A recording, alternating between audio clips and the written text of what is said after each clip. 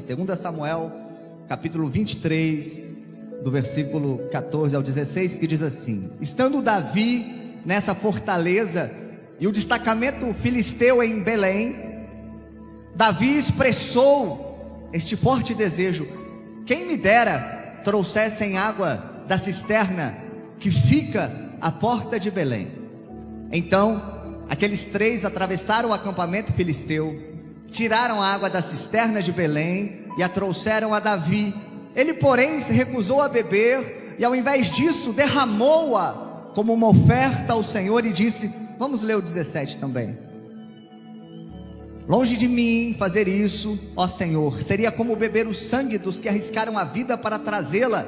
Assim Davi não quis beber daquela água, e foram estes os feitos dos três principais guerreiros. Amém? Davi, no ápice da sua vida, no findar da sua vida, ele vai registrar algumas palavras, um testamento que ele deixa escrito para o seu filho Salomão. E entre as suas últimas palavras está o texto que nós lemos aqui nessa noite, capítulo 23 de 2 Samuel, aonde Davi deixa um memorial a homens que lhe foram leais, guerreiros que lhe foram importantes e determinantes na construção e manutenção do reinado de Davi. Davi foi um rei de unificação. Ele reuniu todas as tribos sobre uma mesma bandeira, e houveram homens que foram extremamente importantes nesse processo de união, de reconstrução, de recomeço. Esses homens vão ser chamados de os valentes de Davi, ou os homens corajosos de Davi. Em torno de 30 a 37 homens que Davi confiava, que Davi depositava sobre ele responsabilidade, e eles eram responsivos à responsabilidade que recebiam. E os seus nomes foram cantados em canções, e os seus nomes foram citados em poemas. Eram homens que fizeram coisas grandiosas, como por exemplo Abissai, um homem que sozinho e armado de uma única lança derrotou 300 filisteus de uma só vez. Um homem chamado Benaia, que sozinho derrotou 2 dos heróis de Moabe, um herói dos egípcios, e matou com as próprias mãos um leão. Ainda havia Eleazar, um homem que lutou lado a lado com Davi, uma batalha tão terrível, tão duradoura, que sua mão travou em cãibras e ele não conseguia soltar a espada quando o conflito terminou. Havia também Samá, que sozinho defendeu toda uma plantação de lentilhas contra os inimigos, para que os inimigos não saqueassem a comida do povo. E havia ainda José-Basebete, que sozinho numa única batalha derrotou 800 inimigos. Só ele. Eram os guerreiros de Davi, os valentes de Davi, homens que fizeram coisas que hoje nós apenas reconhecemos como feitos de heróis, às vezes super-heróis. Quando alguém tentou contra a vida do rei, quando alguém quis fazer uma rebelião contra Davi, ele foi aconselhado da seguinte maneira: cuidado, porque Davi está cercado de homens corajosos, homens valentes, e homens que quando vê o seu rei sendo ameaçado, ficam furiosos, como uma ursa que é sequestrada dos seus filhotinhos. Lealdade, comprometimento. Aqueles homens estavam com o rei para o que desse e viesse. Eles lutariam todas as batalhas que Davi decidisse lutar, porque para com o rei Davi eles tinham uma dívida de gratidão. Se no capítulo 23 de 2 Samuel eles estão listados numa galeria de heróis, seus nomes são mencionados com honra. Se nós voltarmos para 1 Samuel 22, nós vamos encontrar este mesmo Davi que é rei, como um foragido, numa caverna, solitário, sozinho, ameaçado. E de repente, começa um murmurinho pela região. Davi está sozinho em Adulão. E homens da região começam a se unir a eles. Esses mesmos homens vão ser chamados de os valentes de Davi. Mas naquele momento, onde Davi não é ninguém, é só um foragido sendo perseguido por Saul, e aqueles homens se juntam a ele, dizendo: Davi, nós vamos lutar lado a lado. Davi, nós vamos ser irmãos. Davi, nós vamos ser o seu suporte. A Bíblia diz que ajuntaram-se a eles homens em dificuldades, homens que tinham dívidas, homens amargurados de espírito, e Davi se tornou o chefe deles, chefe de um bando, chefe de um grupo, e mais tarde, rei de um exército, primeiro em Hebrom, depois em Jerusalém. E aqueles homens que chegaram quebrados, falidos, despedaçados, sobre a liderança de Davi, eles encontraram um novo propósito de vida, eles encontraram utilidade de vida, eles renasceram, eles encontraram dignidade, eles recomeçaram a escrever as próprias histórias. Para a gente entender, irmão, quando chegou, era só gente com nomes no Serasa, gente com ficha corrida na polícia, gente que caiu na malha fina da Receita, gente fugida. Mas ao lado de Davi, eles vão viver histórias de conquistas, eles vão ressignificar a própria existência. Homens que um dia foram chamados de covardes vão ser chamados de valentes. E entre tantos feitos poderosos, coisas grandiosas, quando Davi vai escrever o seu testamento e relatar o feito de seus valentes, ele diz: houveram 3, que um dia eu estava numa fortaleza, cercado por inimigos, filisteus por todos os lados, e eu sussurrei: ah, que sede, ah, que vontade de beber da água da minha terra, que vontade de beber da água de Belém. Não foi um pedido, não foi uma ordem, não foi um mandamento, foi um suspiro do rei: eu estou com sede. Os 3 valentes olharam um para o outro, eles não precisavam fazer aquilo, mas eles queriam fazer aquilo. Se o meu rei, que me deu um propósito de vida, se o meu rei, que foi importante na reconstrução da minha história, se o meu rei, que é importante pela retomada da dignidade que eu tinha perdido, da identidade que eu tinha perdido, está com sede e quer beber da água de Belém, eu vou descer até Belém e eu vou trazer água para o meu rei. E eles desceram. Eles atravessaram a planície de Retifim, só tinha filisteus, milhares de inimigos, e eles atravessaram em 3. Eles foram até Belém, e eles trouxeram água. Eles escolheram fazer aquilo. Ninguém os obrigou.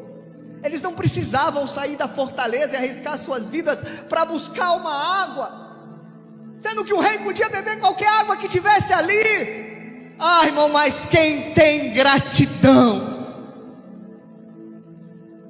Quem sabe olhar para o seu passado, ver quem era, olhar para o seu presente e ver quem se tornou, e ser grato por aquele que estendeu a mão na hora da dificuldade.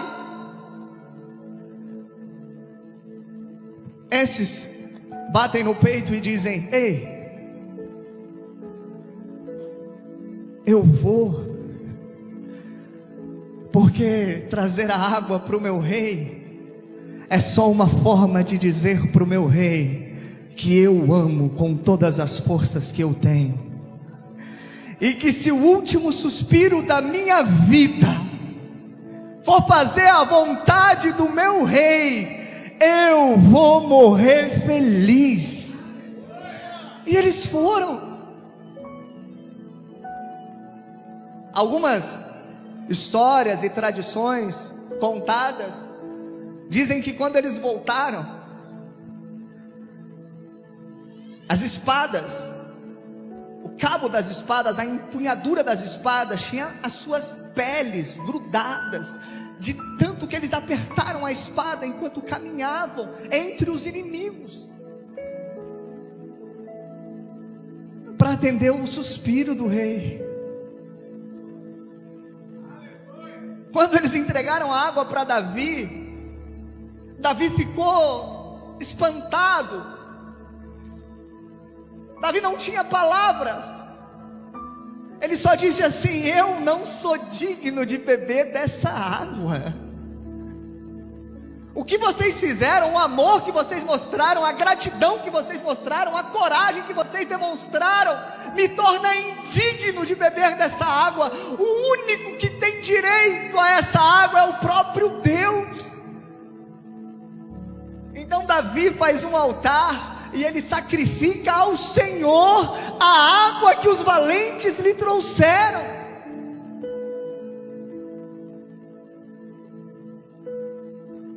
E o que eu quero dizer para você nessa noite com essa história, que aconteceu há tanto tempo atrás, onde homens estavam dispostos a arriscar a sua vida, não para atender uma ordem do rei, não para atender um mandamento do rei, mas para atender um suspiro do rei, um desejo do rei, que ele não externou com as pessoas, que ele disse para si mesmo: ah, que saudade da água da minha terra.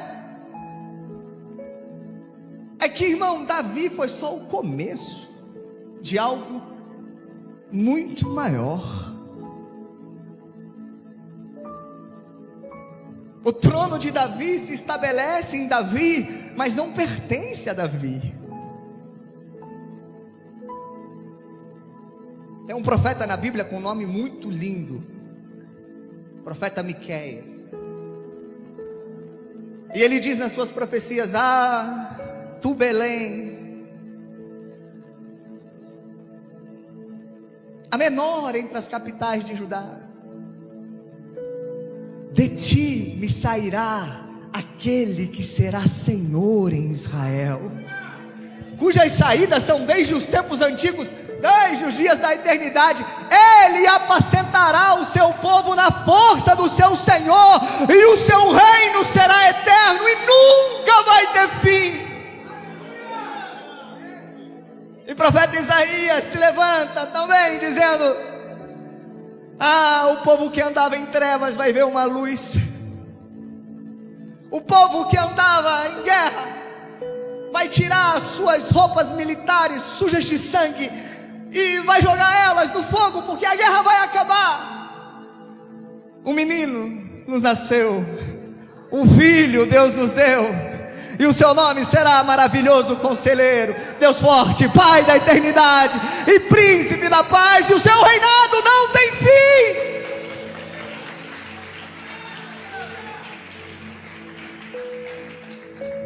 Irmão, Davi é só o começo. Um dia tem um carpinteiro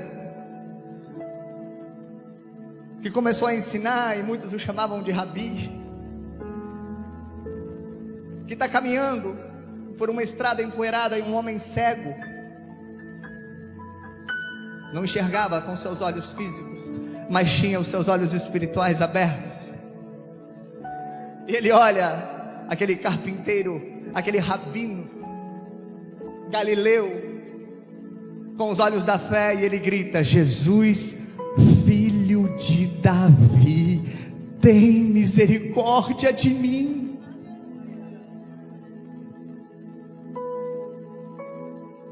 Ele não sabia, mas alguns anos atrás, umas 3 décadas antes, um anjo tinha aparecido a uma mulher chamada Maria e disse: você vai ser a mãe do Salvador do mundo, você vai conceber pelo Espírito de Deus, e ele será o filho de Davi que foi prometido. O ocupante do trono em definitivo chegou. O trono de Israel e o trono de Davi tem nome e tem um rei que vai durar para sempre, e o nome dele será Jesus, porque ele salvará o mundo dos seus pecados. Oh, irmão, o rei veio. O nome dele é Jesus. E o rei veio com uma missão.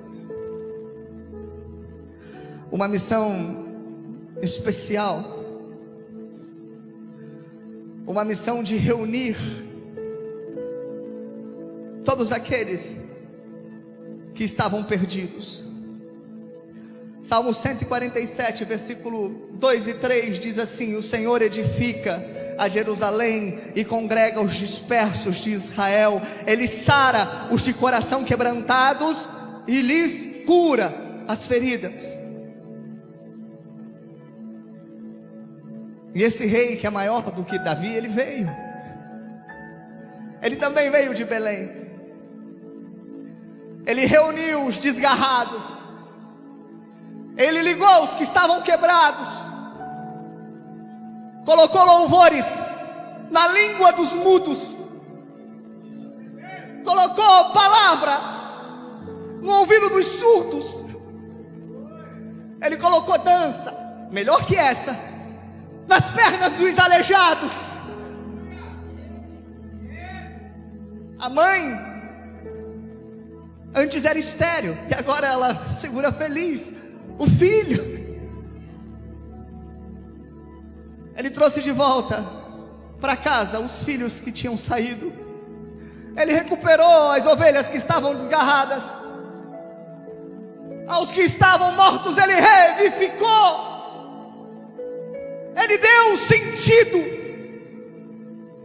ele deu identidade, ele deu propósito para gente que estava falida, quebrada, desesperançada, desesperadas.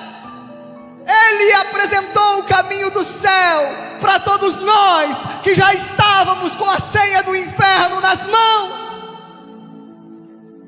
Esse é o rei definitivo. Só que esse rei teve como berço uma manjedoura. O palácio dele foi a casa dos seus amigos. A coroa que ele usou aqui na terra foi uma coroa de espinho. E o seu trono foi a cruz. E quando ele estava lá na cruz, ele suspirou: eu tenho sede. Todos os evangelistas relatam que soldados ergueram uma esponja embebida com um líquido e colocaram na boca dele, e ele se negou a beber. Alguns vinagre, outros falam fel, outros falam vinho. Na verdade era uma mistura, um líquido com uma mistura para causar um certo torpor e trazer algum alívio para quem estava sendo crucificado.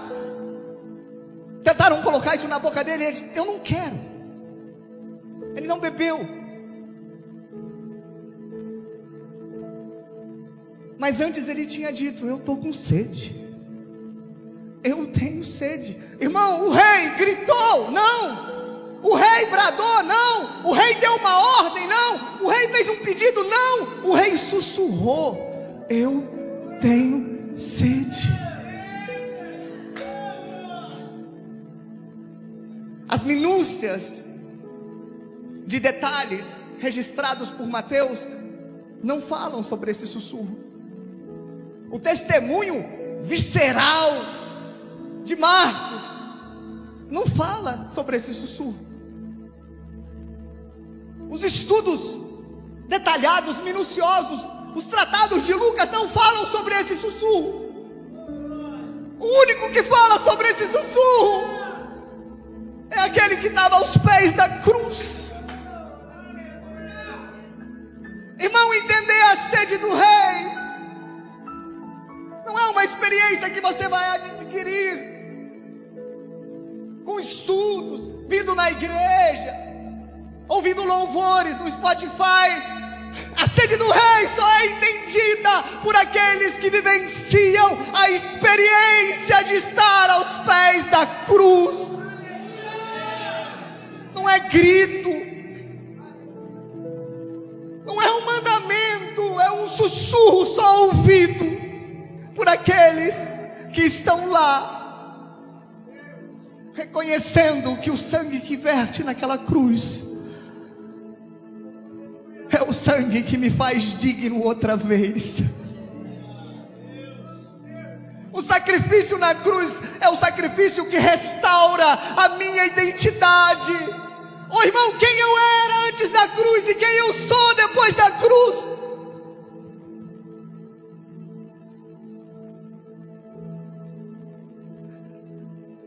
Você não pediu para Jesus morrer por você. E eu já ouvi esse tipo de argumento, gente dizendo: eu não pedi para ele morrer por mim. Exatamente, nós não pedimos. Ele fez primeiro. Ele se entregou para a gente ingrata. Ele se sacrificou por pecadores. Ele rasgou o véu do templo de alto a baixo. Ele abriu a porta do céu e ele liberou o convite a todos nós: entra quem quer, vem quem quer, quem aceita. E existem duas categorias de servo. Não estou falando de gente lá fora não, estou falando de gente aqui dentro. Estou falando de mim, estou falando de você. Em Lucas 17:10, nós vamos nos deparar com um tipo de servo que recebeu ordens do seu Senhor, e ele fez tudo o que o Senhor mandou. E ele esperava que quando o seu Senhor chegasse, o seu Senhor ia dizer: ai, que servo lindo e maravilhoso.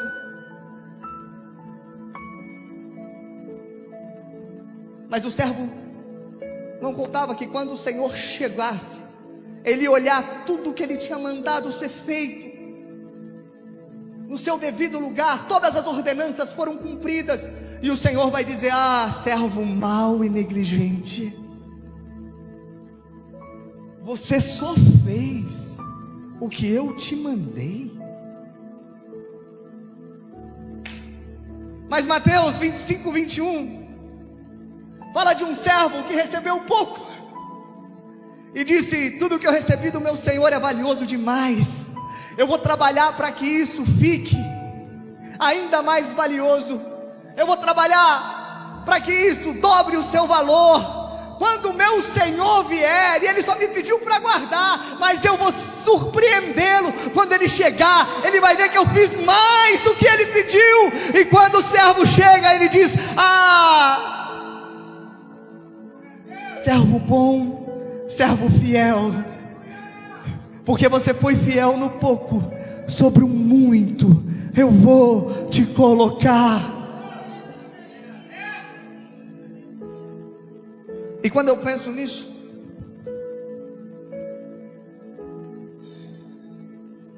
eu me pergunto: que servo eu estou sendo aos pés da cruz?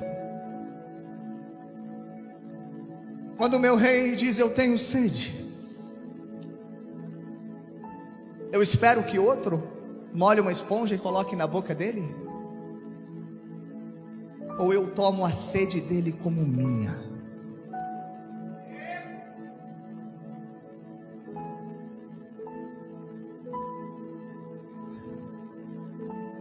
A sede de Jesus precisa ser a sua sede, precisa ser a minha sede.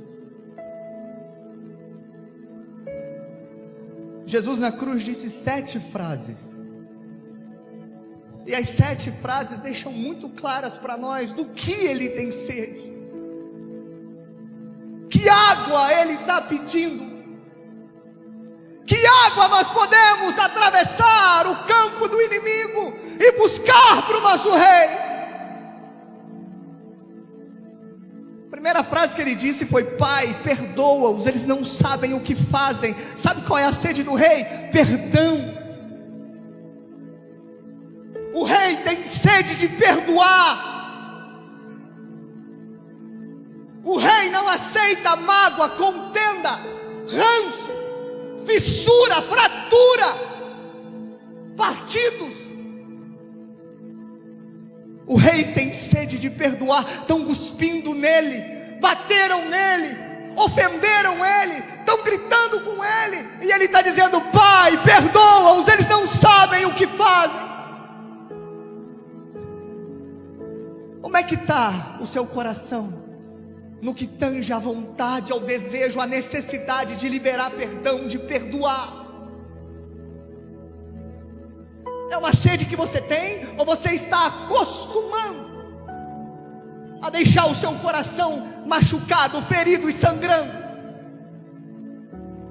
O rei está sussurrando: eu tenho sede por perdão. Perdoa, busca essa água.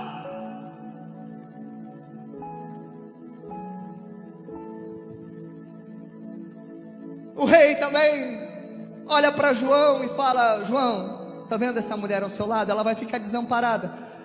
É uma mãe que está perdendo um filho.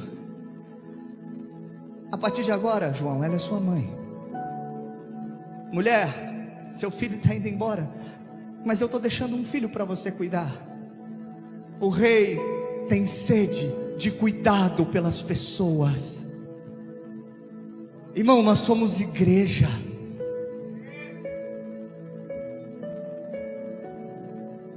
Quando nós lemos Atos dos Apóstolos,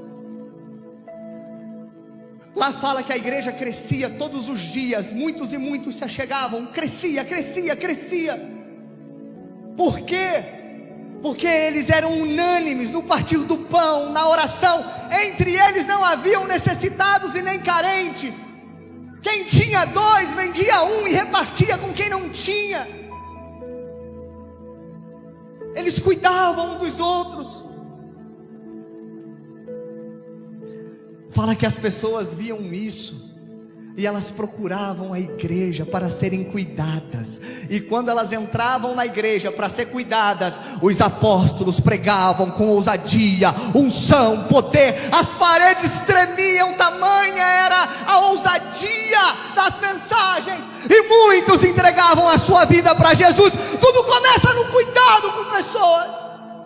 O rei tem sede disso.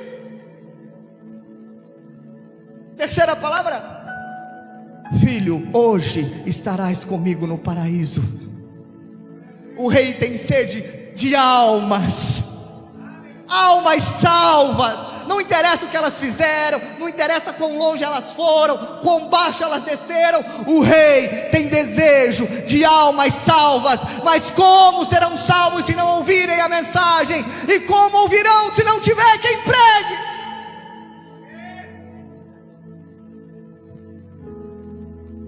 Então, que você bata no peito e diga: Senhor, eis-me aqui, envia-me a mim. A frase mais repetida pelos evangelistas foi: Deus meu, por que me desamparaste? Que é Jesus cumprindo uma profecia que está lá nos Salmos. Sabe o que é isso? Sede pela presença do Pai. Ah, Pai, eu aceito qualquer coisa menos a sua ausência. Sede pela presença. Outra frase de Jesus na cruz: tudo está consumado. Sede por ser fiel até o fim. Você tem essa sede? Ou qualquer coisa te desanima? Irmão, tem dia que você sai porta fora e não tem um leão para você matar. Tem dezenas. o que dá, irmão. O outro você dá um chute na canela, faz ele mancar para você pegar ele depois. Mas em nome de Jesus, não volte para trás. Continue. Se não der para correr, anda. Se não der para andar, rasteja. Mas não para. Sede de ir até o fim.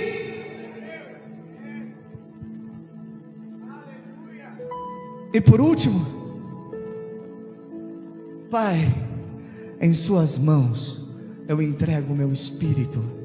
Sede por entregar até a sua última gota de sangue, entregar até sua última gota de suor, entregar até sua última lágrima, entregar a Deus o seu último suspiro. Eu falei alguma coisa aqui impossível de ser feita? Você é cristão, para você é impossível perdoar? Você é cristão, para você é impossível cuidar das pessoas?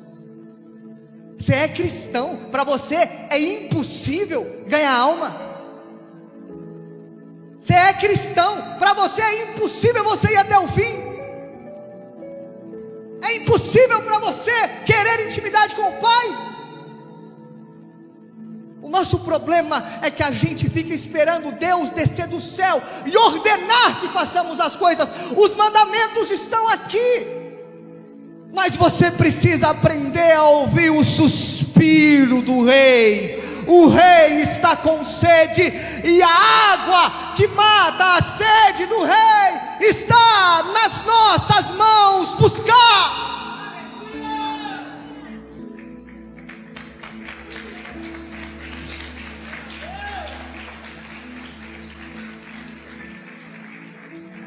Está nas nossas mãos. Ô irmão, não precisa descer um anjo do céu aqui. Não precisa materializar uma coluna de fogo lá no seu quarto de madrugada. Não precisa um dos pastores da igreja sair marchando cadeiras, colocar a mão na tua cabeça e te dar uma ordem direta para você fazer um mínimo. Não estou falando para você fazer coisas absurdas, é para você fazer um mínimo. Sério que você quer que Deus use alguém para dizer que você precisa orar mais? Sério que você quer que Deus use alguém para colocar a mão na sua cabeça e te orientar a vigiar mais? Você espera mesmo que Deus mande um anjo para dizer para você que você precisa ler mais a Bíblia? Você quer que alguém coloque um jarro de óleo derramado na sua cabeça para você falar para uma pessoa que Jesus ama ela?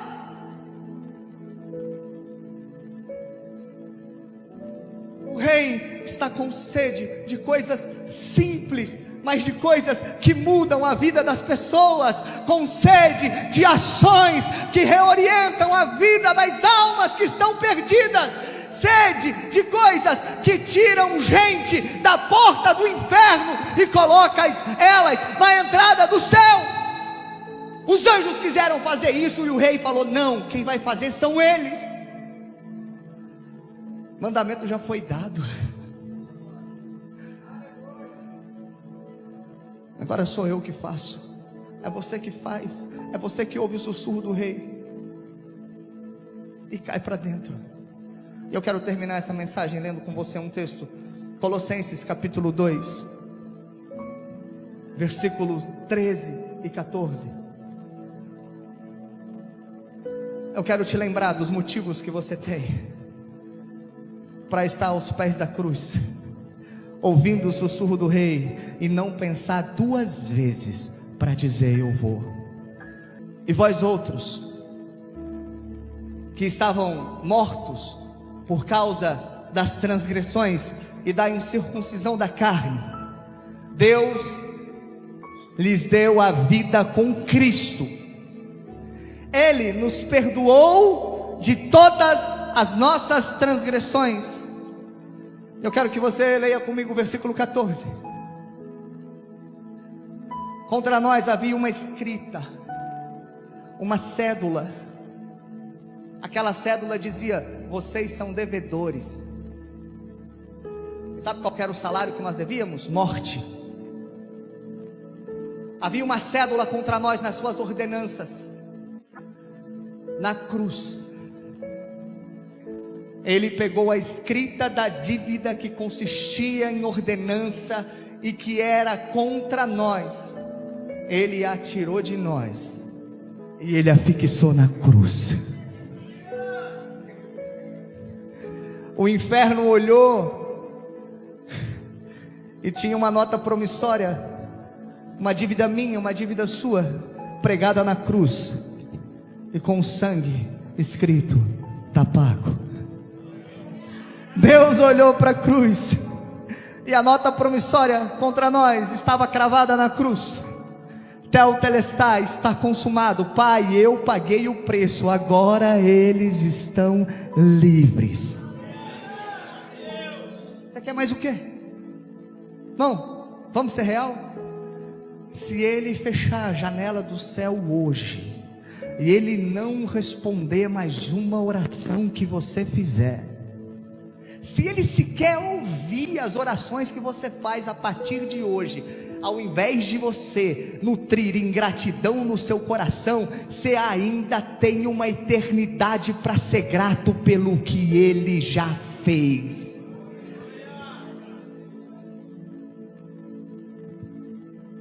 E pelo que Ele fez, eu me sinto impelido, compelido, instigado. Não estou atrelado a receber um mandamento ou uma orientação. Basta um suspiro do meu rei para eu empunhar a espada da fé, para eu segurar o escudo, o capacete, me armar, me blindar, me munir com as armas que o Espírito Santo me dá, e enfrentar o inferno inteiro se for preciso, mas o meu rei não vai ficar com sede. Eu vou trazer a água que se chama perdão, eu vou trazer a água que se chama cuidado, eu vou trazer a água que se chama almas salvas, eu vou trazer a água que se chama intimidade, eu vou trazer a água que se chama perseverar até o fim, e eu vou trazer a água de o meu último suspiro vai ser uma oferta ao meu rei. Fica de pé.